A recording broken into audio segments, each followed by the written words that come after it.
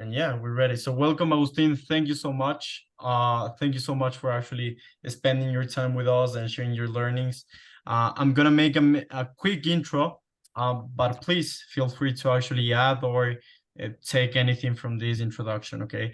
Agustin Carversari is the CEO and co-founder of Anyone AI. This is a startup investing in software developers from Latin America to address the talent shortage in the field of artificial intelligence. Their intensive program provides developers with the necessary tools to advance their AI careers and uses a pay when you land a job investment model. His mission is really ambitious and is to build the largest community of AI developers in Latin America and invest in 100,000 developers over the next 10 years, which is amazing. Before that, Agustin was the CEO and co-founder of Deep Vision AI, a computer vision company that was sold to a New York private equity firm in 2020. Quite a dream, right? And at Deep Vision, he collaborated with several Fortune 500 companies such as NVIDIA, Intel, AWS, Dell, and many more. He collaborated mainly on AI projects and leveraging remote talent from Latin America. I think he has a lot of experience in this field. And yeah, I don't know, Agustin, if you would like to add something else. Thank you, Amelia. I think that was perfect. But yeah, let's get started. I think we're gonna discuss the journey as we go. Thank you. Yeah, sure. So guys, I'm gonna make some questions, but the idea is for you just to feel free and raise your hands if you have any questions or if there's something specific that you want to learn from Agustin, okay? So just feel free to raise your hand and I'll give you the mic. So first of all, I would like to ask you, what are you guys exactly doing on a daily basis at Anyone AI today? Yeah. Yeah, I think your description was very accurate. Basically, Anyone AI it's a talent, an AI talent investment platform where we basically invest in software developers from LATAM to solve one of the major issues the industry faces, which is the shortage of AI talent. We do it with a highly selective model. We receive thousands of applications every month from developers, people who wants to join the program, and we basically select the top. It's around 2% right now, acceptance rate that we are having. And for those that we decide to invest in, we basically provide with a program which is a 6 months long program with a lot of resources, not only from a technical perspective, but also we have career coaches that basically review profiles and resumes and LinkedIn's and see how they interview, how they present, how they pitch, how they pass technical interviews or not. Until they land offers. And as you said, once they get this new job, we follow this investment model where once they get the job, they contribute back with a percentage of their income. The program that we are having right now, so we started with two main programs, one which was full-time, so it required 8 hours a day, and now and second was the part-time, which was 4 hours a day. But what we saw is that for people that are having already jobs and working as software developers, it was very, very hard, of course, to leave their current jobs. So we stayed at this point. We are just going with the part-time program, which requires like 4 hours a day for about 6 months. So that's basically in a nutshell what we do here at Anyone AI. Amazing. And I know you come from a technical background, but I still I'm still amazed by how you actually end up in the world of AI, right? Because you were long before this was as attractive as it is today. So what actually happened there? Why were you so interested in the world of AI? How did that happen? Yeah, so I studied, my background is a computer engineer. I studied in Argentina. So in Argentina, this program is like a 5-year degree. So it's a very complete long program or career. And my thesis was about building like an autonomous robot with a 3D SLAM algorithm to map a space. And that was in 2011, I think I started this project.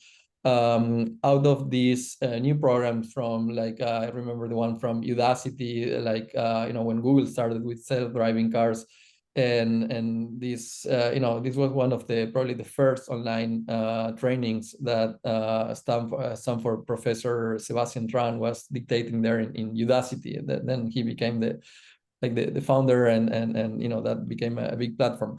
But right after I got my degree, I went to INRIA in the south of France. I was going to do a PhD in computer vision. So INRIA is like the National Research Center in France. For the ones that are developers, probably you know scikit-learn or SIFT serve feature vectors in computer vision. So at INRIA, those were the where they started. And I was going to do a PhD there, but that was in 2013. And it was just the year after one of the first papers came out for what is now known as deep learning.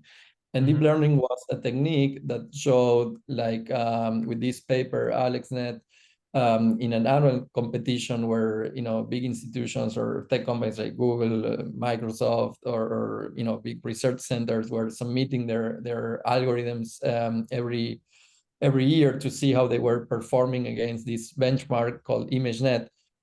This deep learning technique showed like a 15% extra accuracy or better. Actually, it was error reduction against this benchmark for image recognition, for image classification, basically. Yeah. So when I saw that, I was at INRIA working on research, and I saw that, and there were nothing out there for the industry. So it was the moment zero, right? So my PhD was going to be 5 years. So I started to say, well, maybe, instead of spending 5 years in the academia, I can start something for the industry, see how it goes. So I decided to drop out the PhD in 2013 and started with this company, Division AI, which, as you said at the beginning, we ended up selling to private equity. But to tell you a little bit more about that experience and what we're doing there. So the Division was a platform. Basically, we had a diverse set of customers and, across different industries, where we had a platform where you could basically select different AI models, like for instance, for people detection or counting or facial recognition or vehicle detection or vehicle make and model classification, like different detection and classification tasks. And you could, deploy that either in the cloud when everything, started in the cloud. But then companies started to move that to on-prem, which means, local servers in their facilities, to then at the edge, like for instance, having a camera in a traffic light. And we partner very early on with companies like NVIDIA and Intel and AWS and Dell Technologies. And through them, we were, transitioning this evolution of the field, like from the cloud to the edge, and also the evolution of the algorithms. We built a team of around 30 experts just in computer vision, just on image and video analysis. And we eventually sold the company in 2020 to a private equity firm based in New Jersey, actually. Amazing. So I have one question in there, and is that, as you were telling us, so a recent paper just took place. It was really new, and then pretty much you decided to work on something pretty similar, pretty much on the same branch right away. So how was that process, and how did you team up, or how did you decide that you really wanted to go there if there was probably not that many information that could have helped you back then in that time? How did you decide to start, and how did you build that team? Right. I always like to say that we built this company probably not in the right way, like trying to find a business to a great technology that was new and with a lot of potential. So that's definitely not the way you want to build a company. But the first two customers that we were very lucky. Like we got two initial customers. One was it was a founder in Israel that wanted to build an app that involved facial recognition. And that founder then became or built this company called AnyVision. that SoftBank invested, and it was one of the facial recognition companies, without considering China, that received hundreds of millions of dollars in investment and deployed systems at scale. So our first one of our first projects was to convince him that he had to apply deep learning to his problem, and we built some of the initial algorithms for that application that then migrated to general facial recognition for safety and security and some other applications. So that was one of our first customers. The second, or probably at the same time, we got Cox Automotive, which is one of the largest automotive companies in the US. I think they have like a 95% of market share in the US when selling used cars. So if you're in the US and you want to sell your car, they are involved probably on every transaction. It's like a holding company, and there are many brands below the holding. And what they wanted to do is they had so many cars coming to their locations that they had to identify vehicles, so they could inspect the vehicles in less time, and then take pictures. So those pictures could be classified automatically and then go to e-commerce, or they were reselling those pictures to the final company selling the car. So those were the first two customers, but then we started to realize, okay, there is commonality here between people or cars, and every company was trying to do the same. So that's how we started then building like a platform in order to our goal was to make something more scalable. Amazing. And now, probably talking about the same technology that you developed with I think it was Deep Vision, right? So can you share some examples of how that technology is being used and how AI is actually making an impact already in our daily lives, and we often don't realize that we're actually using it? I don't know if you can actually give us some light in there. Yeah, absolutely. Like AI today it's everywhere, right? Like almost any digital product that we consume, at least at scale, it's probably powered by AI. Where it's ads from Google or Facebook or your Instagram feed, or when you go buy on Mercado Libre any item, you start getting recommendations, or you order food in your home, and Rappi is delivering that at a given price or at a given time as well. So those are estimations that are being made with AI. Payments, credit loans, last mile delivery. So everything today, I would say, every product at scale involves AI. One of the first ones that I saw, and going back to the story of my previous company, it's when we were getting started with this customer from Israel, I saw the release of Facebook, if you remember, where you were asked to tag a friend in your picture, right? That was one of the first papers that came out about facial recognition. That was, I think, 2014.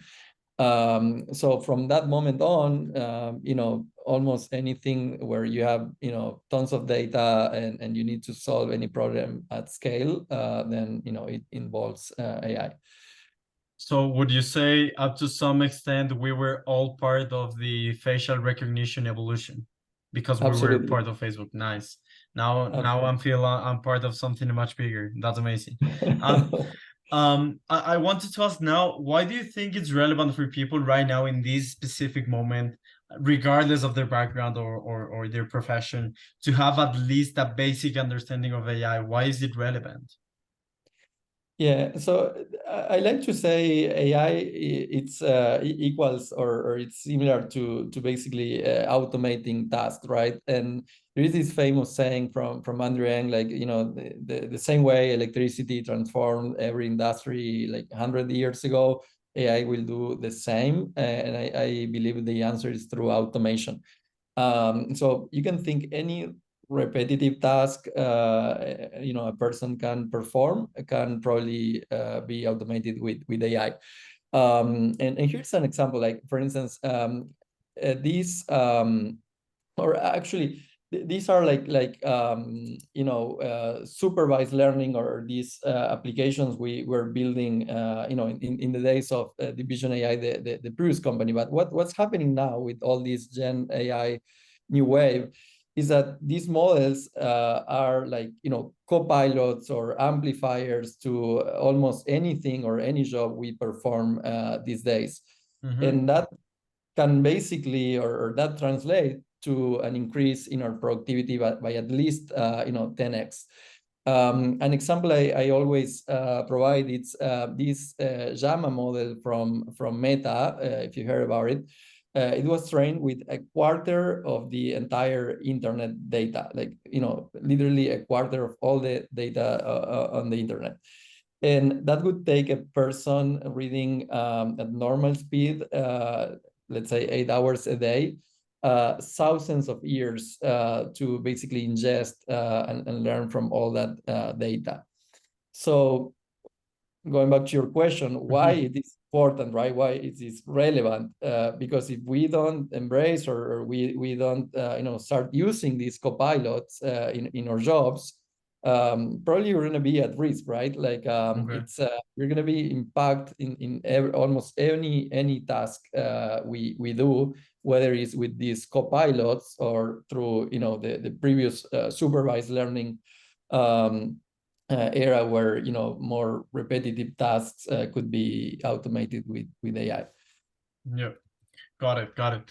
And now I think it's really important also to clarify what AI really is, right? Because recently I was reading, and there was an article, I think it was from a BC, and he was saying that pretty much we haven't seen AI yet. Everything that we have, at least publicly available, are really advanced model, or mathematical models or statistical models, and that's not really AI just yet. What do you think about that, and how would you define AI instead? Right. So the previous, the last decade, basically the companies, they were doing, it's, so if you had a small AI model, you would be throwing data, and at some point the accuracy would be the same. There is no more capacity of the model to continue to learn. So Google and the big companies were basically creating these very large AI models where they were throwing a lot of data and doing more deep networks, so they have more capacity to learn, and that was the focus. And now with all this generative AI thing, the way you build this is completely different. Like you have all these big companies doing these extremely large models, probably training with the entire internet.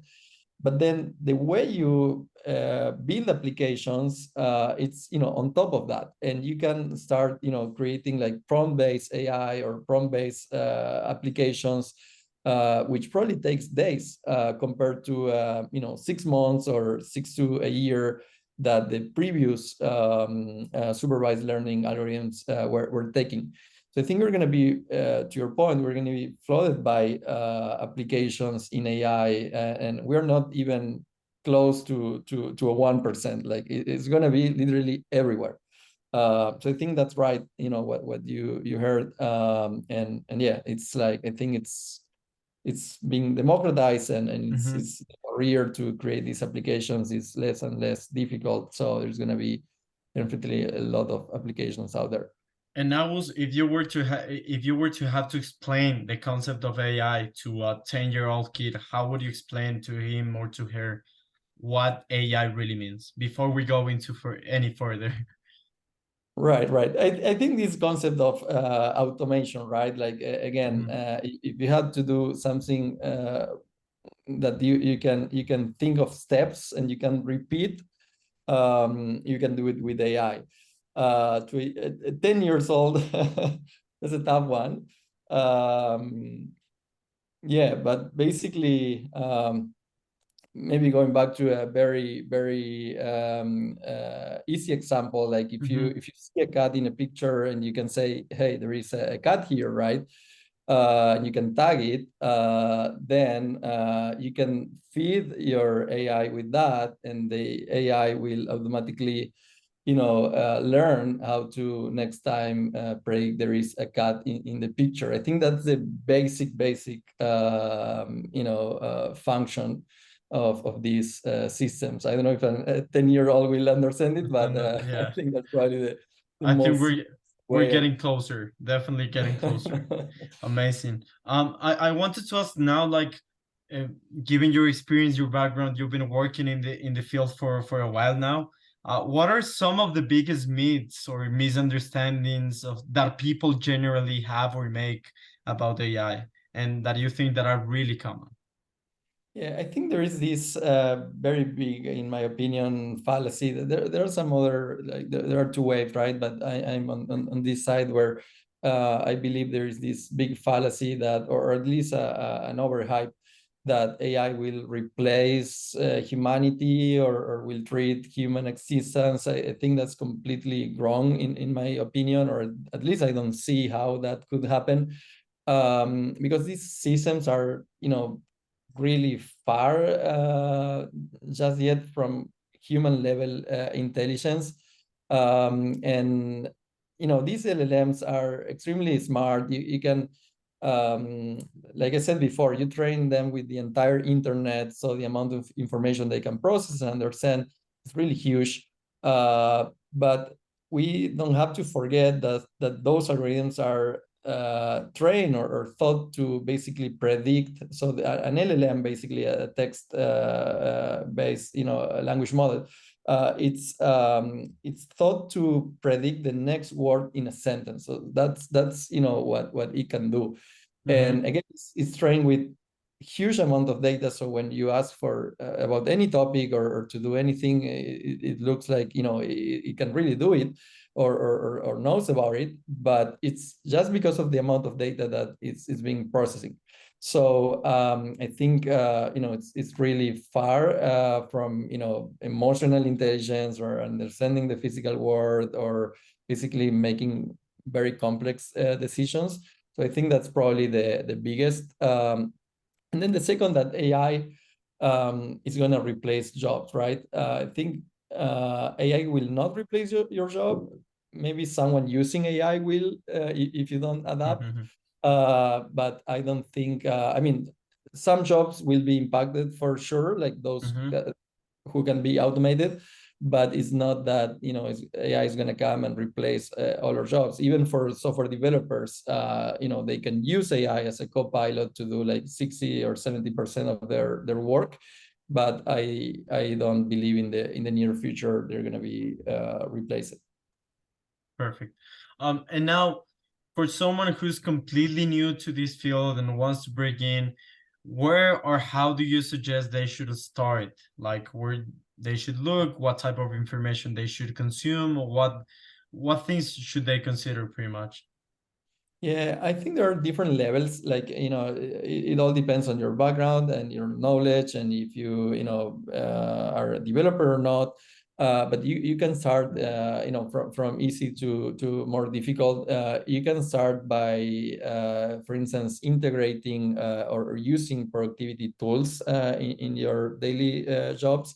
I'm talking about like no code tools. Like, for instance, you have to do an Excel formula, or something like that, and you go consult an LLM like ChatGPT or Anthropic or any other, or you go one step further and you go to Zapier or Make, and do an automation there, which they have also AI integrated.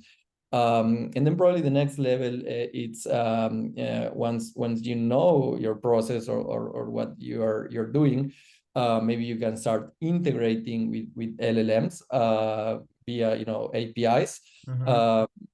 We need to be careful there, for those who are running startups. Investors know that everybody's calling now an AI startup, because they integrate their system with an API from OpenAI, and that's really not an AI startup. It's just using AI as a tool. So we don't don't want to be in that trap. But basically, integrating with LLMs could be like the next step, where you can get all the value out by just making an API call. And then next, the third probably step, it's start understanding how they work and build your own models. And there is, I don't want to get very technical, but there is this concept of agents. I don't know if you heard about them, but an agent basically can take a query from the user, and then it can, in a way, classify that query and then defer to the expert model. That classification is with an LLM, right? Like it's like the brain. And then you can defer that query to either another LLM, which has been fine-tuned or specifically trained for a given task or domain. Or you can defer that query to a previous model that you have using supervised techniques, like for instance, to give a credit loan to someone. So I think that's in terms of complexity, going from easy or something you can do without coding to more advanced AI systems that you can build and combine with different techniques. Yeah, amazing. So now I would like to have your opinion on how relevant do you think AI will become in different industries, right? So the other day I was listening to this podcast from 20BC with David Velez from Nubank, and he was asked about whether he will implement the Nubank any AI model in the short term. And he mentioned that the implementation that he sees, at least in the financial services, is something that is really superlative, like almost having like your own investment banker, but replaced by AI. How likely do you think that is going to happen? And also, which industries or companies do you think will be impacted the most by the implementation of AI? Yeah, so let me, to answer the question, take like a step back and talk again about this concept of supervised learning and the new wave of generative AI algorithms. So before, what we were doing, and when I say before, it's like 6 months ago, right? Before November last year. So almost a year now. So it feels what like we were 6 months. Don't worry. yeah, like 9 months. What we were doing is basically having an input that could be an image, video, text, speech, whatever your input data was. And then you had your supervised learning algorithm in the middle, and then you were training that algorithm for a very specific task. Like, for instance, I don't know, sentiment analysis, object detection, Q&A, translation services, very, very specific tasks. And now what you can do, and sorry, before going into what now do, it's those supervised learning algorithms requires that you annotate the data, and that's a very costly and time-consuming process, right? You need an army of annotators to say, here there is a vehicle, and then you train your self-driving car system. And now, basically, you can take the same input, like image, video, text, speech, and you have these generative AI models, which are very generic, and you can now solve more complex prediction tasks. Like, for instance, I don't know, infer knowledge or preference or a goal, or memorize, summarize, create new content, or recommend something. So and that's compared to what we were doing before, it's much more generic, right? And so what David Velez was saying for financial services, it's like you can take like an analyst and start seeing, okay, which are the things that can, with AI, can an analyst make, but now with all the knowledge and all the help of this system. So I think that's one example. But then accounting, legal, which is a very, very traditional sector, not embracing a lot of technology, will be impacted. So anything that is real, so it's intensive in content and data, now will be at least boosted by these systems. And going back to startups, I think that there are going to be companies licensing these models, and this require a lot of funding and building these extremely large models, which cost a lot of money and a lot of hardware to train, and having access to a lot of data. But then if you as a company can build an end-to-end product with a real problem that you were solving before in a traditional way, and now you can power that with AI, I think those are the sectors that will see most of the impact. It's like a productivity, boost or Enhancer, yeah. increase in a way. Perfect. And would you name, I don't know, you mentioned this already, but would you dare to name any specific industries? Like, because we know fintech, it has a lot of data, a lot of transactions, there's a lot of things to take from, but any other industries that you actually believe that could have huge impact and may not be really kind of out there, The thing is that any industry will be impacted, like education, fintech, financial services, legal, accounting, like almost anything. What I think we are probably going to start seeing in the next years, probably 5 years or so, it's the connection of these systems with the real physical world, and that's going to be very interesting. So I think those are the ones that right now will not see an immediate impact, but all the ones that are already digitalized, I think are going to be impacted. Like another one, pharmaceutical drug discovery. If you can do an end-to-end drug discovery platform with AI, that could change an entire market. Yeah, definitely. Right now, and before I want to go to my next question, you mentioned something that I find quite interesting, and is that we've seen a lot of technology, and right now many founders just want to get out there and build something because there's this wave of AI, right? And they just want to jump in the wave and serve with it and probably just leverage some APIs. What are the things that you could recommend to these soon-to-be founders to consider before actually trying to break into AI? Kind of what things not to do, to really consider, I don't know, things about data, privacy, that kind of thing. Is there anything that comes to mind when you think of that? Right. No, so my comment was like, because you integrate with OpenAI, probably you're not an AI company, right? So you're going to be rejected when you present that to an investor. That was my comment. But of course, you as a startup, you have to embrace AI and start building, right? And that's probably the first step. And then as you start getting, your competitive advantage, which could be your domain expertise, you're building a very big problem, you are the only one that you know how to solve, or you start getting access also to some data which is not publicly available, and you can combine that with the problem that you're solving. So there's where you start building your systems, and that could provide with competitive advantage. But I think going back to productivity, there's going to be maybe even solo founders, multi-million companies, if processes and operations are built the right way.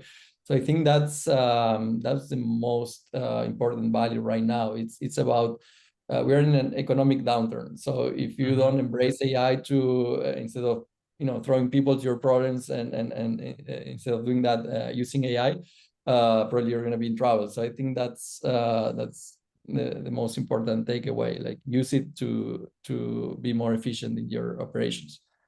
Amazing, great. So now I have a question more regarding about skills again. So we're always thinking about what type of programming languages and what type of technical abilities one should have to actually get into AI. But do you think, are there any human skills that are essential into navigating the world of AI that we don't really pay attention to, and we definitely should? Yeah, I think probably the ones that are underestimated, it's like critical thinking and emotional intelligence, which are crucial because, like, you know, AI, as we said before, can process tons of data, all the data in the world. But Mm-hmm. humans have to provide, you know, context and ethical considerations and good uses of AI. And as soon as we continue to control these agents and systems with the objectives, the right objectives and right uses, think are going to be good. So I think probably those like critical thinking and emotional intelligence are critical. Great. Right now in our audience, we have a wide range of different people from founders to engineers. Like, what would you recommend to both founders and engineers to staying up to date in the field? Because this is evolving super fast, right? As we speak, we probably have 2 new developments. I don't know, which is crazy. So how do you stay up to date and how do you actually filter the good information versus the hype? Because we also have a lot of that right now. Yeah, that's a hard one. So something that I time to time do, it's check, because you said probably as we speak that there are 2 more applications, right? There is a page called There Is an AI for That, which is I think it's a developer that tracks, it's a site basically that tracks all the latest tools that are out there, and you can, you know, get a sense of how many and probably so they are ranked by month. And if you go like 2 months back, half of them are like, you know, this link is no longer available. So you can get a sense of how fast it's evolving and you know, try different tools, demos and things of that nature. So for non-technical, I think it's a great exercise to see how fast this is going. For technical people, so for instance, what we had at Division AI in our research team. It's actually the lead researcher would probably block like 1 or 2 weeks every part of the year where there were like a big a conference, like CVPR was one that we were looking a lot, which is one of the main ones in computer vision. And he was literally like 2 weeks reading papers. So that's like for researchers, right? Like you need to get up to speed with the latest developments. It's really hard. It's like, you know, there are papers out there every day, and it's really hard to pick the ones that are Yeah. gonna provide the most value. But yeah, like, you know, go to Archive, or you know, there are many websites where you can, you know, rank them by topic or what you're interested and read papers. Like there is no other way around. And then for software developers, that's basically what we do here at Anyone AI. So we wanted to be like an ecosystem. So or believe it that any software developer will have to have an edge in AI from now on. Like if you're a software developer and you don't know how like LLM or CNN works, probably you're gonna be left out pretty soon. So you need to start understanding. So what we did is we put a lot of resources at disposal in a very practical way. Like we do like sprints where introduce you to different topics, from, you know, analyzing data to creating data pipelines to deploying a pipeline in production to then building traditional machine learning models to then go to CNNs, which is deep learning, it's more advanced, to then finally go to the latest of LLMs and all that. And you know what we did is we put it's a hard process to learn. Like it's frustrating. You train a model, it doesn't give you the accuracy that you need.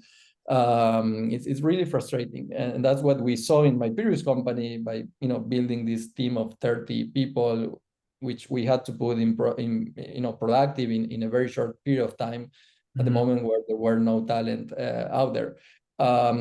So again, the program that we build, hopefully you sign up to a program, but if you don't want, what you can do is, you know, take projects, like go to Kaggle, take a project, basically start, you know, understanding what's behind the project and what you're going to be learning, which concept you're going to be learning, and then engage with the community, because it's key that you have, you know, someone to go ask, you know, a mentor or a community, you can ask when you're stuck.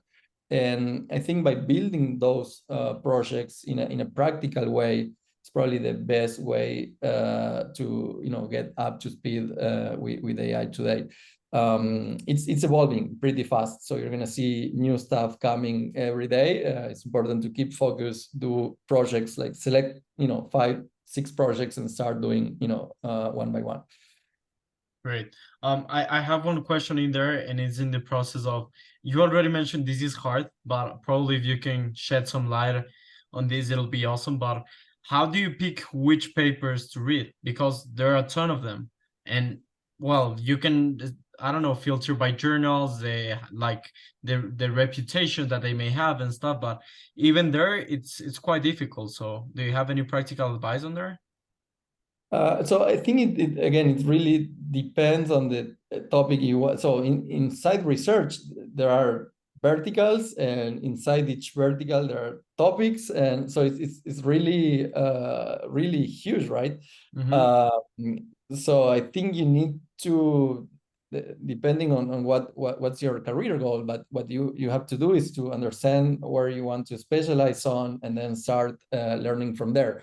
If you just want to learn AI in general, there are, like, if you do computer vision, there are probably 10 or 20 papers you should read to start understanding the basics of detection, classification, feature vectors and different stuff. Then if you go to LLMs, like there is a famous paper from Google on transformers, which is the architecture that you use to predict the next word in a sentence. Of course, that's a must read.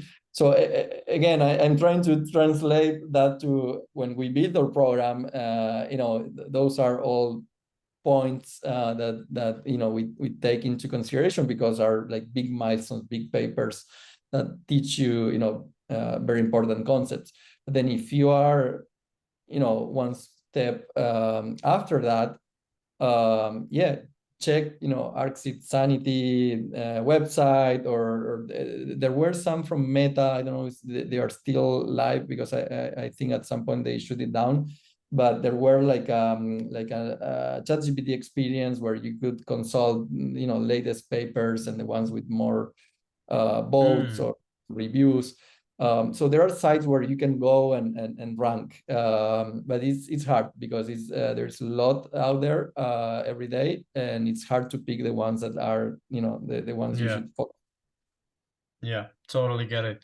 If someone from the community has an idea or any tool that could help, that'll be amazing.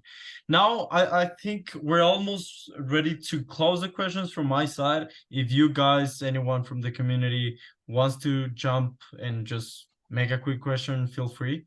But right now, I just wanted to ask,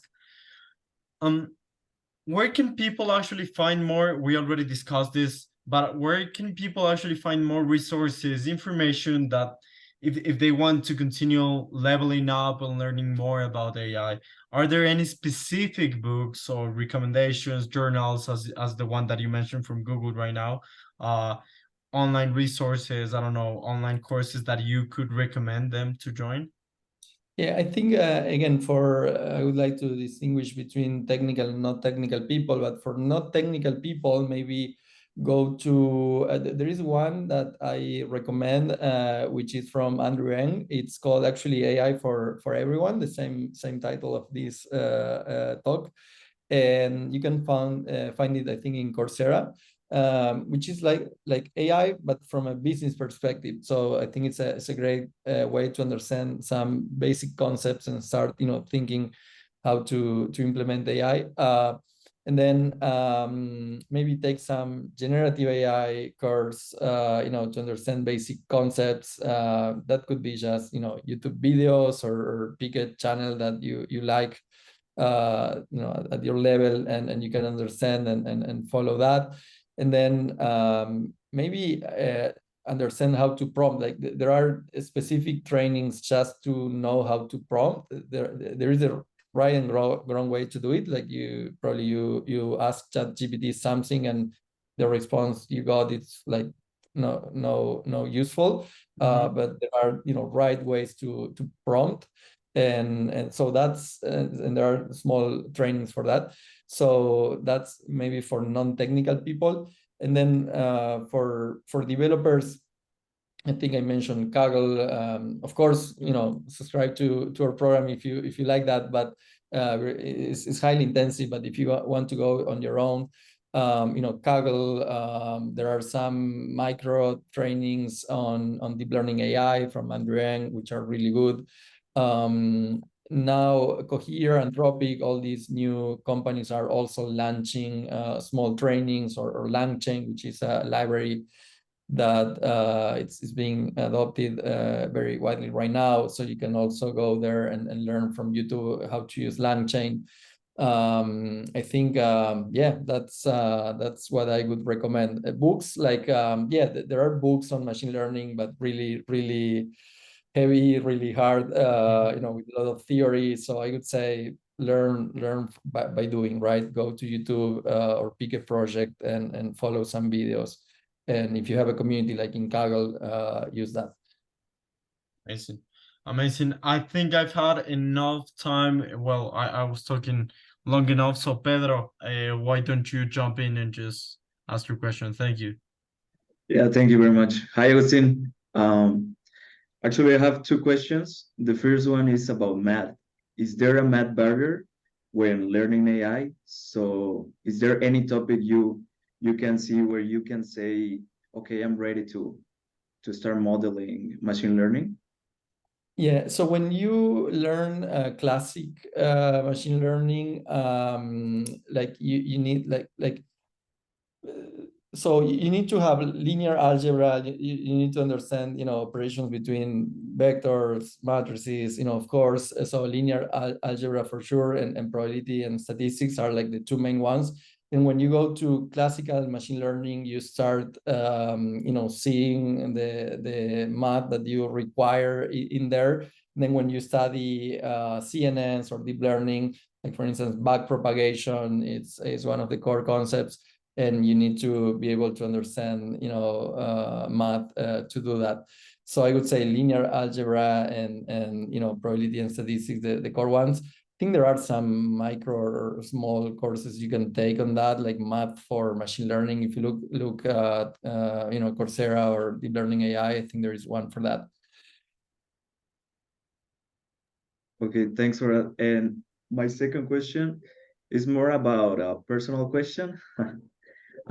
So actually, currently I'm studying. I'm in college, and I'm thinking on dropping out to pursue AI. What do you think about that?